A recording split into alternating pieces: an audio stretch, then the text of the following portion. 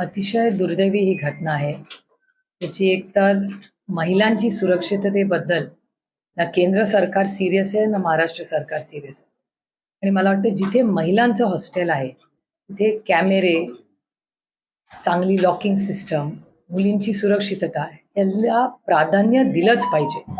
आणि त्याच्यामुळे अर्थातच सातत्याने मुलींच्या किंवा महिलांच्या विरोधात त्या घटना किंवा केंद्र आणि महाराष्ट्र सरकारचा जो अप्रोच आहे त्याच्यात ते फारसे ह्याबद्दल सिरियस दिसत नाहीत. हे दुर्दैवी आहे. आणि आता ज्यांनी कृती केली आहे त्यांनी सुसाईड केलंय. त्याच्यामुळे मला असं वाटतं पहिलं त्या सगळ्या हॉस्टेलनी तातडीने बिल्डिंगची सेफ्टी सिक्युरिटी म्हणजे मग हेल्पलाईन्स मुलींना असतील, तिथून एखादी अलार्म बेल असेल अशी काही घटना झाली तर, आणि कॅमेरे हे प्राधान्याने हाय प्रायोरिटीने महिलांच्या आणि मुलींच्या सुरक्षिततेसाठी सरकारने लवकर निर्णय घेतला पाहिजे. काही राज्यात महागाई वाढताना पाहायला मिळते. आजच गाडी जवळपास 100 पार गेलेल्या आहे.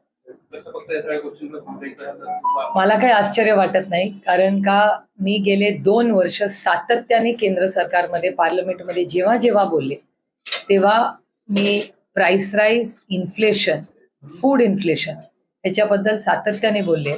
आणि एक स्टेडी पॉलिसी नाही आहे केंद्र सरकार. कांद्याचंच उदाहरण बघा, कांद्यात जगामध्ये कमतरता होती, महाराष्ट्रात सरप्लस कांदा होता, तेव्हा आम्ही एक्सपोर्ट करा म्हणून सातत्याने मागणी करत होते, पण केलं नाही. आज ना कांद्याला भाव आहे, ना ढोबळ्या मिरचीला भाव आहे. शेतकऱ्याचं कंबरड पुणे एकीकडे मोडलेलं आहे आणि दुसरीकडे डाळीचे भाव गगनाला पोचलेले आहेत. कम्प्लीट मिसमॅनेजमेंट हे सातत्याने केंद्र सरकारचं अपयश. पुन्हा एकदा बॅड इकॉनॉमिक पॉलिसीज दिसतात आपल्याला. शिक्षण आयुक्तांना एसीबीला एक पत्र दिले आणि राज्यामध्ये जे शिक्षण विभागामध्ये काम करणारे मोठमोठे अधिकारी आहेत ते कशा पद्धतीने भ्रष्टाचार करतात आणि नावांची एक लिस्ट दिली. 40 अधिकाऱ्यांची नावं आहेत जे लाचखोर अधिकारी आहेत. हे खूप दुर्दैवी आहे आणि मला वाटतं सरकारने पारदर्शकपणे त्याच्यावर ऍक्शन घेतली पाहिजे. सर, मैम हिंदी में बोल लीजिए। एक गर्ल्स हॉस्टल में एक लड़की की मौत हो गई, उसके साथ अत्याचार होने की बात सामने आई है।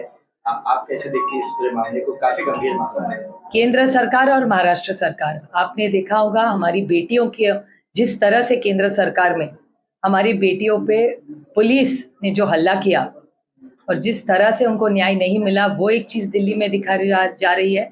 और महाराष्ट्र में आप देख रहे हैं जिस तरह से गर्ल्स हॉस्टल में, गवर्नमेंट गर्ल्स हॉस्टल में ना सेफ्टी है, ना सिक्योरिटी है, ना अलार्म बेल था, कुछ भी नहीं था। और it's a complete failure. Beti Padhao और बेटी पढ़ाओ और बेटी बचाओ का नारा देने वाले सरकार का पूरा ये फेलियर केंद्र में भी है और महाराष्ट्र राज्य में भी है। मैम, जिस तरह से फैमिली का आरोप है कि लड़की ने इसके पहले भी शिकायत की थी वार्डन से कि वॉचमैन इस तरह की हरकतें कर रहा है, वो अंदर आ जा रहा है, फिर भी वार्डन ने कोई कार्रवाई नहीं की, ऐसा फैमिली का आरोप है। इसको लेकर आप क्या कहती हैं कि अगर वार्डन के ध्यान में पहले ये बातें थी, अगर उसने पहले एक्शन लिया तो शायद ये चीजें इस तरह से नहीं बढ़ती? सरकार की जिम्मेदारी है साहब, ये सरकारी मामला है और सरकार ने जवाब देना है सबका। कोल्हापूरमध्ये तांदा नावाचं वातावरण निर्माण झाले. काल राज्याभिषेक दिना दिवशी अनेकांनी औरंगजेबाचे फोटो स्टेटसला ठेवले होते, त्याच्यामुळे त्या ठिकाणी अनेक हिंदुत्ववादी संघटना जमल्या होत्या. आज देखील कोल्हापूर बंदची हाक देण्यात आली. कसं पाहता? मला गंमत एका गोष्टीची आणि आश्चर्य एका गोष्टीचं वाटतं की जेव्हापासून भारतीय जनता पक्ष महाराष्ट्रात सत्तेवर आली आहे, सारखंच असं वातावरण दूषित कसं होतंय. काल नगरची घटना तुम्ही मला प्रश्न विचारायला विसरलाय. नगरची घटना झाली, आता कोल्हापूरला होतंय. सारखंच तणावाचं वातावरण सातत्याने हे राज्यात कसं होतं आणि ह्याच्यात राज्याचं नुकसान होणार आहे. कारण का अशा जर गोष्टी होत राहिल्या, दंगली होत राहिल्या तर लोक इन्व्हेस्टमेंट करणार नाही. सर्वसामान्य जनता ही घाबरलेली आहे, बिथरलेली आहे. त्याच्यामुळे हे होम मिनिस्ट्रीचं अपयश आहे. राष्ट्रवादीच्या अध्यक्षांबद्दल सातत्यानं एकेरी भाषेमध्ये भाजपचे नेते उल्लेख करताना पाहायला मिळतात. काय प्रतिक्रिया? संस्कृतीचा भाग आहे त्यांच्या. Once again, this kind of incident that has taken place in Mumbai has again raised questions on women's security. It's a complete failure of government of India or government of Maharashtra. They have failed in Delhi with our wrestlers issue as well as in Maharashtra. I can't understand in this year of technology, why were there no alarm bells? Why were there no cameras in such places? And it's a complete failure. You see, even the state in Maharashtra, what happened in Nagar yesterday, what happened in Kolhapur today, it's a complete failure of the Home Ministry in Maharashtra. But there are allegations by father that repeated complaints were made against the watchman, against the administration also, but were not taken into seriously. Yeah, so government has to own up and have an inquiry, and the guilty should be punished, obviously. And as per the wrestlers issue is concerned, today Anurag Thakur will be meeting all the three wrestlers, and again there will be some kind of consensus to follow the protest. Steps are being taken. How do you look at that? देर आए दुरुस्त आए. Thank you so much. Ma'am, Maharashtra में एक धर्म परिवर्तन को लेकर भी बात सामने आ रही है। थाने के मुंद्रा का एक आरोपी सामने बताया जा रहा है कि वो ऑनलाइन गेम के जरिए धर्म में परिवर्तन करता था लोगों का। इस पूरे मामले को आप कैसे देखते हैं? I look at it as a complete failure of the Home Ministry. ये चीजें जो हो रही है, they are under the jurisdiction of Home Ministry. So what is the Home Ministry doing? आमदार भारत भारतीचे चिरंजीव आहेत ते केसीआर यांच्या संपर्कात असल्याची माहिती मिळते किंबहुना तेलंगणाला ते रवाना झालेले आहेत. हो, प्रायव्हेट प्लेनचे फोटो आलेत. मेरा सवाल ये है कि देवेंद्र फडणवीस प्रेस कॉन्फ्रेंस में कहते हैं कि जिस तरह से कोल्हापुर और संगमनेर हो वहाँ तनाव की स्थिति है, औरंगजेब को लेकर अगर कुछ युवा सामने आते हैं और आपत्तिजनक अगर वो वहाँ पे पोस्टर्स या स्टेटस लगाते हैं, उसके पीछे कहीं ना कहीं जिस तरीके से बीते कुछ दिनों में विरोधी पक्ष की तरफ से कहा जा रहा था कि कोल्हापुर में दंगे हो सकते हैं, इसके जो स्टेटमेंट्स आ रहे हैं इसकी भी जांच हम करेंगे और कहीं से भी किसी भी तरह से औरंगजेब का उदात्तीकरण हम बर्दाश्त नहीं करेंगे, इसकी भी जांच होगी कि इसके पीछे कोई पार्टी है क्या? मेरे ख्याल से होम मिनिस्ट्री का एक इंटेलिजेंस सोर्स होता है और intelligence reports into the home ministry itself directly at the top. तो ऑब्वियसली इसमें कुछ गड़बड़ हो रही है ना. इनका इंटेलिजेंस क्या कहिए जा रहा है? कितनी चीजें, मैं आपको 10 चीजें बता सकती हूँ which the intelligence had warned government of Maharashtra end the home ministry has done nothing. It's a failure of the ministry. You can't blame other people and political parties for it. It's high time the ministry owns up to something that they should own up to.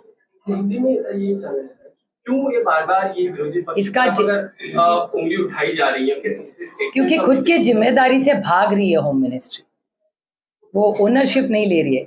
वो हर home ministry के pass एक intelligence का report आता है, तो इनका intelligence report इनको नहीं बताता क्या होने वाला है. इतने दंगे जब से इनकी सरकार आई है दंगे ही हुए, इसके पहले इतने दंगे कभी नहीं हुए इस राज्य में. तो ऑब्वियसली ये फेलियर ऑफ होम मिनिस्ट्री है ना.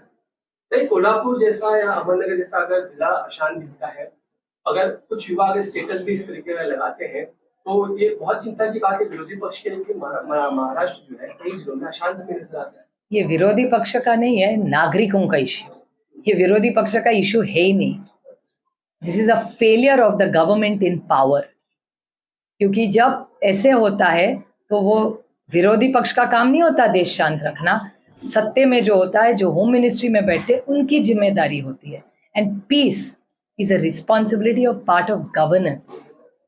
दूसरा सवाल ये कि हाल ही में जो पवार साहब ने स्टेटमेंट किया था कि विपक्ष जो है एक साथ है और मोदी जी के खिलाफ लहर जो है देश में दिख रही है, उसका फायदा विपक्ष हो सकता है. उसके ऊपर रिएक्शन देते हुए फडणवीस ये कहते हैं कि 2014 से लेके 19 में इसी तरीके से पवार साहब को दिखता रहा है लेकिन कभी कोई फायदा नहीं. 300+ ही हम लोकसभा में चुन के आए हैं. इसका जवाब है राजनीति फायदे के लिए नहीं करती, सेवा के लिए हम लोग करते हैं. किस तरीके का स्टेटमेंट कर रहे हैं पवार साहब के खिलाफ कि वो हमेशा सिर्फ स्टेटमेंट करते हैं कि विरोधी. It's a democracy. हम लोग डेमोक्रेसी वाले हैं, हम लोग उनकी तरह दड़पशाही वाले नहीं है. ठीक है, उनको हक बनता है बोलने का, जो मर्जी बोले.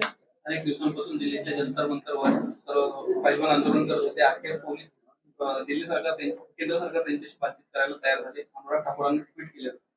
त्याचं कारण असं, देशामधून त्यांच्या लक्षात आलंय की देशातून त्यांना किती विरोध होतोय. मला सांगा, इतके दिवस का लागले या मुलींना त्यांना ऐकायला?